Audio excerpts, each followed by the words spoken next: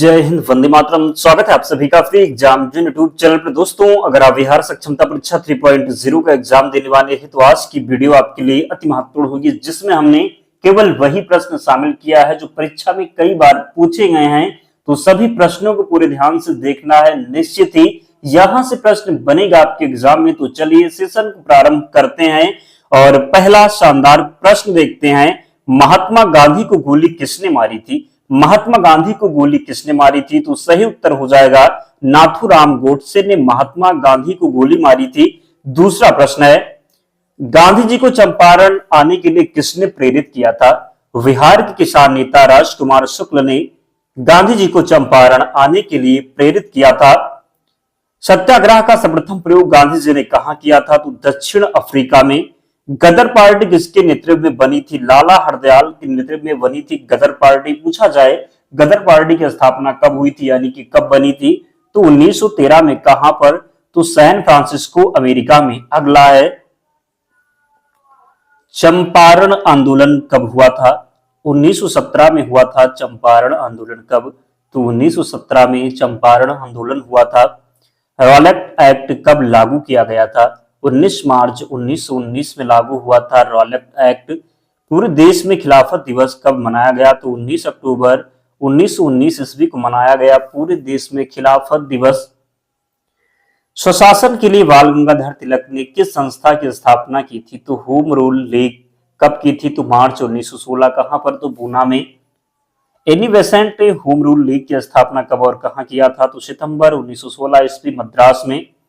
Annie Besant के नेतृत्व में स्थापित होम रूल लीग के प्रथम सचिव कौन थे? तो जॉर्ज अरुंडेल। जलियांवाला बाग हत्याकांड कहां हुआ था? अमृतसर में हुआ था जलियांवाला बाग हत्याकांड। साबरमती आश्रम की स्थापना किसने की थी? तो महात्मा गांधी के द्वारा साबरमती आश्रम की स्थापना की गई थी। महात्मा गांधी ने साबरमती आश्रम की स्थापना कब और कहां किया था? तो 1916 ईस्वी में, अहमदाबाद में। गदर पार्टी की स्थापना कब और कहां किया गया? तो 1 नवंबर 1913 ईस्वी में, सैन फ्रांसिस्को, अमेरिका में। अभी आपको हमने बताया गदर पार्टी की स्थापना किसने की? तो लाला हरदयाल ने। कब? तो 1 नवंबर 1913। कहां पर? तो सैन फ्रांसिस्को, अमेरिका में। अगला है, गदर पार्टी के पहले अध्यक्ष कौन थे? तो सोहन सिंह भागना। भारत में सत्याग्रह का सबसे पहले प्रयोग गांधी ने कहां किया था? तो चंपारण, बिहार में। कब? तो हमने आपको बताया ही है 1917 में। महात्मा गांधी को केसर हिंद की उपाधि से कब नवाजा गया था? सन 1915 में। चंपारण विद्रोह के कारण अंग्रेजों को कौन सी प्रथा समाप्त करनी पड़ी थी? तो 3 कठिया प्रथा। क्या? तो 3 कठिया प्रथा। महात्मा गांधी ने पहली बार भूख हड़ताल किसके समर्थन में किया था? तो 1918 ईस्वी में, अहमदाबाद मिल मजदूरों के हड़ताल के समर्थन में। 1918 ईस्वी में महात्मा गांधी ने गुजरात के खेड़ा जिले में कौन सा आंदोलन चलाया था? तो 1918 में महात्मा गांधी ने गुजरात के खेड़ा जिले में चलाया था कर नहीं आंदोलन। कांग्रेस के किस अधिवेशन में नरम दल और गरम दल में एकता हो गई थी? तो लखनऊ अधिवेशन हुआ था 1916 में, जिसमें नरम दल और गरम दल में एकता हो गई थी। अगला है, मुस्लिम लीग और कांग्रेस ने मिलकर किस अधिवेशन में एक संयुक्त समिति की स्थापना की थी? तो लखनऊ अधिवेशन इसका राइट आंसर होगा। और बहुत से ऐसे शिक्षकगण हैं जो वीडियो तो देख लेते हैं लेकिन वीडियो को ना ही लाइक करते हैं और ना ही चैनल को सब्सक्राइब करते हैं। हम आपके लिए इतनी मेहनत करते हैं तो आप इतना तो हमारे लिए कर ही सकते हैं। तो प्लीज निवेदन है आप सभी से, जल्दी से वीडियो को लाइक कर दीजिए और चैनल को जरूर सब्सक्राइब कर ले। निश्चित ही अगर आप डेली हमारे साथ जुड़ते हैं तो विश्वास रखिए प्रश्न बाहर नहीं जाएगा। बस आपको डेली जुड़ना है, सभी प्रश्नों को ध्यान से देखना है, फिर पीडीएफ से रिवीजन करना है। गांधी जी ने रॉलेट एक्ट के विरोध में देशव्यापी हड़ताल कब शुरू किया था? तो 6 अप्रैल 1919 ईस्वी में। जलियांवाला बाग हत्याकांड कब हुआ? तो 13 अप्रैल 1919 में। खिलाफत आंदोलन किसके खिलाफ शुरू किया गया था? तो मित्र राष्ट्रों के खिलाफ, विशेषकर ब्रिटेन के खिलाफ। जलियांवाला बाग हत्याकांड का नेतृत्व किसने किया था? तो जनरल डायर ने। किसने? तो जनरल डायर के द्वारा जलियांवाला बाग हत्याकांड का नेतृत्व किया गया था। जलियांवाला बाग किस व्यक्ति की संपत्ति थी? तो जल्ली नाम के व्यक्ति की। असहयोग आंदोलन कब शुरू हुआ? 1 अगस्त 1920 को। जलियांवाला बाग हत्याकांड में किस भारतीय ने जनरल डायल का सहयोग किया था? तो हंसराज ने। किसने? तो हंसराज ने। हिंदू और मुसलमानों की संयुक्त कांग्रेस की अध्यक्षता महात्मा गांधी ने कब किया था? तो 23 नवंबर 1919 में। खिलाफत आंदोलन किसके समर्थन में किया गया था? तो टर्की के खलीफा के समर्थन में भारतीय मुसलमान ने आंदोलन शुरू किया था। जिस जांच समिति का गठन ब्रिटिश सरकार ने किया उसके सदस्य में कितने भारतीय थे? तो 3 भारतीय थे। जलियांवाला बाग हत्याकांड में कितने लोगों की मौत हुई? तो सरकारी रिपोर्ट के अनुसार 379 और कांग्रेस समिति के अनुसार 1000 लोगों की मौत हुई। जलियांवाला बाग हत्याकांड के पीछे क्या वजह थी? तो डॉक्टर सतपाल और सैफुद्दीन किचलू की गिरफ्तारी के विरोध में हो रही जनसभा पर जनरल डायर ने अंधाधुंध गोलियां चलाई थी। जलियांवाला बाग हत्याकांड के विरोध में वायसराय की कार्यकारिणी परिषद की सदस्यता किसने इस्तीफा दिया था? तो शंकर नायर ने। ब्रिटिश सरकार ने जलियांवाला बाग हत्याकांड की 8 सदस्यीय जांच समिति का गठन किसकी अध्यक्षता में किया? तो हंटर के। भर्ती करने वाला सार्जेंट किसे कहा जाने लगा? तो महात्मा गांधी को कहा जाने लगा, क्योंकि प्रथम विश्व युद्ध के दौरान गांधी जी ने लोगों को सेना में भर्ती होने के लिए प्रोत्साहित किया था।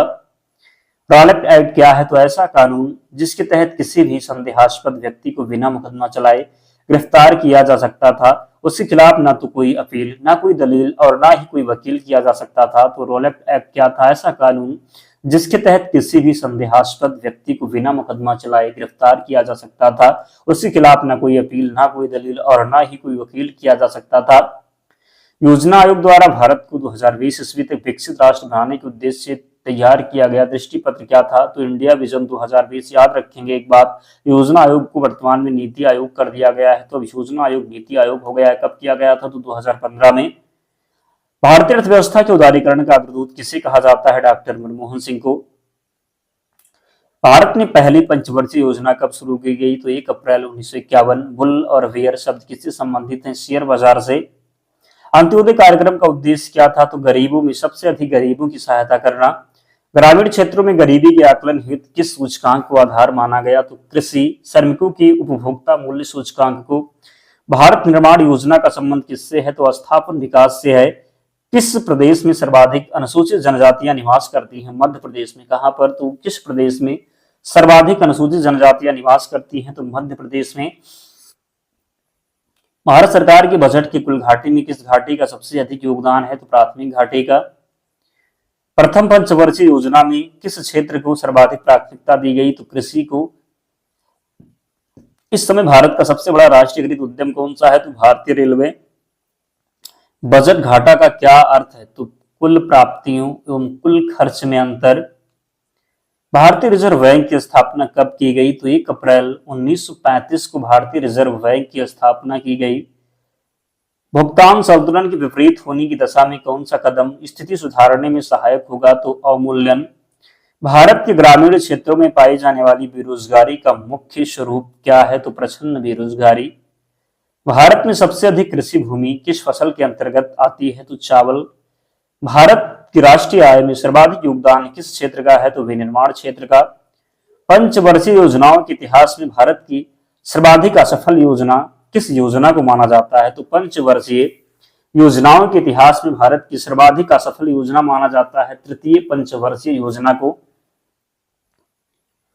राष्ट्रीय विकास परिषद का पदेन अध्यक्ष कौन होता है? तो प्रधानमंत्री राष्ट्रीय विकास परिषद का पदेन अध्यक्ष होता है। भारत में कर्मचारियों की महंगाई भत्ते निर्धारण करने का आधार है तो उपभोक्ता मूल्य सूचकांक।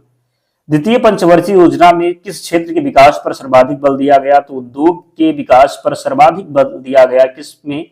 तो द्वितीय पंचवर्षीय योजना में। पूछा जाए पहली पंचवर्षीय योजना में किस पर जोर दिया गया? तो कृषि पर। किस अर्थव्यवस्था में मुद्रा के मूल्य और कीमत स्तर के बीच क्या संबंध होता है? तो प्रतिलोम। अंडा उत्पादन में भारत का विश्व में कौन सा स्थान है? तीसरा स्थान है। 10वीं पंचवर्षीय योजना के अंतर्गत कितने प्रतिशत वार्षिक विकास दर का लक्ष्य निर्धारित किया गया है? तो 8%। भारत में प्रच्छन्न बेरोजगारी सामान्यता दिखाई किस क्षेत्र में दिखाई देती है? तो कृषि क्षेत्र में। भारत के संविधान में भारत को किस रूप में वर्णित किया गया है? राज्यों का संघ। संघ लोक सेवा आयोग के सदस्यों की नियुक्ति किसके द्वारा की जाती है? तो राष्ट्रपति के द्वारा। किसके द्वारा? तो राष्ट्रपति अपना त्याग पत्र किससे प्रस्तुत करता है? उपराष्ट्रपति को। भारत के अटॉर्नी जनरल की नियुक्ति कौन करता है? भारत का राष्ट्रपति। भारत में सार्वभौम वयस्क मताधिकार किसके द्वारा प्रदान किया गया? भारत के संविधान के द्वारा। जब संविधान के अतिक्रमण के लिए राष्ट्रपति पर महाभियोग चलाना हो तब आरोप किसके द्वारा लगाया जाएगा? तो संसद के किसी भी सदन के द्वारा। भारत में संसदीय ढांचे में दो अस्थायी सदनों का नाम बताइए? तो लोकसभा और विधानसभा। भारतीय संविधान के अनुसार कौन युद्ध की घोषणा करने अथवा शांति की स्थापना करने के लिए वैधानिक रूप से सक्षम है? तो राष्ट्रपति। क्या लोकसभा राज्यसभा द्वारा धन विधेयक के लिए की गई सिफारिश को मानने को बाध्य है? तो इसका राइट आंसर होगा नहीं। लोकसभा स्पीकर अपना पद कब छोड़ देता है? तो नई लोकसभा की प्रथम बैठक से ठीक पहले। भारत के संविधान के अनुच्छेद 352 के अधीन राष्ट्रपति द्वारा आपात उद्घोषणा कब की जा सकती है? तो मंत्रिपरिषद के लिखित परामर्श पर। लोकतांत्रिक संस्थाओं के विकास के लिए कौन सा कारक आवश्यक है? तो व्यक्तिगत अधिकारों के प्रति सम्मान। भारत में श्वेत क्रांति का जनक किसे कहा जाता है? डॉक्टर वर्गीज कुरियन को।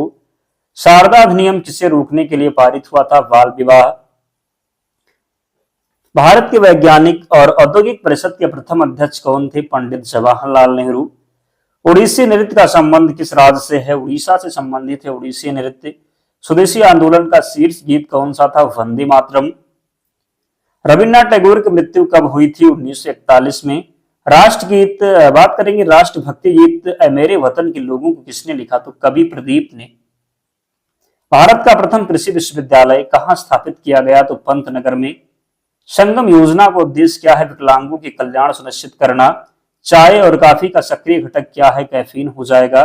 सार्क का 8वां सदस्य का राष्ट्र कौन सा है? तो अफगानिस्तान। राज्यपाल के पद के लिए निर्धारित न्यूनतम आयु कितनी वर्ष होना चाहिए? 35 वर्ष। विश्व में गन्ने का सबसे बड़ा उत्पादक देश कौन सा है? भारत। अश्वघोष किसके समकालीन था? कनिष्क के। आगरा नगर की स्थापना किसने की थी? सिकंदर लोदी ने। पूर्व में चाय और कॉफी का सक्रिय घटक क्या होता था? तो कैफीन। पूर्व वैदिक कार्यों का सर्वाधिक लोकप्रिय देवता कौन थे? तो इंद्र थे। कौन? तो इंद्र। केंद्र के कार्यपालिका शक्ति किसमें निहित होती है? तो केंद्र की जो कार्यपालिका शक्ति है राष्ट्रपति में। भारतीय राष्ट्रीय कांग्रेस की प्रथम महिला अध्यक्ष थी एनी बेसेंट।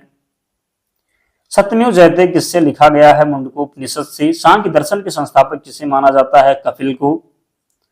महात्मा बुद्ध के पूर्व जन्म की कथाओं का वर्णन किसमें मिलता है? तो जातक में। विनोबा भावे द्वारा स्थापित पवनार आश्रम किस राज्य में स्थित है? महाराष्ट्र में। आजीवक धर्म के प्रवर्तक कौन थे? मकली घोषाल। आदि ग्रंथ के संकलनकर्ता कौन थे? तो गुरु अर्जुन देव। खजुराहो के प्रसिद्ध मंदिर का निर्माण किसने करवाया था? चंदेल शासकों ने। भारत को आयकर दिवस के रूप में कब घोषित किया गया? 24 जुलाई को। फॉरेस्ट रिसर्च इंस्टीट्यूट कहाँ स्थित है? देहरादून में।